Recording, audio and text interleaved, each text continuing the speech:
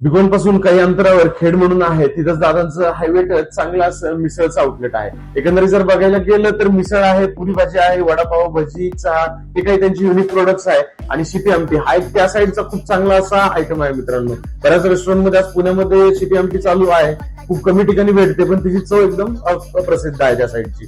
एकंदरीत मग त्यांना तर इनोव्हेशन प्लॅन करायचं होतं. मागच्या 3-4 वर्षांपासून ते ऑपरेट करतात आणि खूप चांगला रिस्पॉन्स लोकल क्राऊडनी आणि हायवेच्या क्राऊडनी त्यांना दिलेला आहे. एकंदरीत जर बघायला गेलं तर अजून कसं स्केलअप करता येईल, अजून कसा बिझनेस वाढेल, या संदर्भात आपण त्यांच्याकडे गेलो होतो आणि मग आपण त्यांना गाईड केलं की तिथे इंटेरियर मध्ये, अँबियन्स मध्ये, थीम मध्ये काय काय चेंजेस करायचे.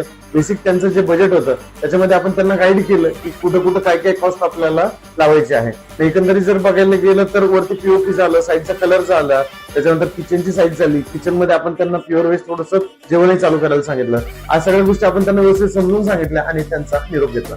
भेटूया उद्या. तोपर्यंत लाईक करा, फॉलो करा, शेअर करायला विसरू नका. Stay tune.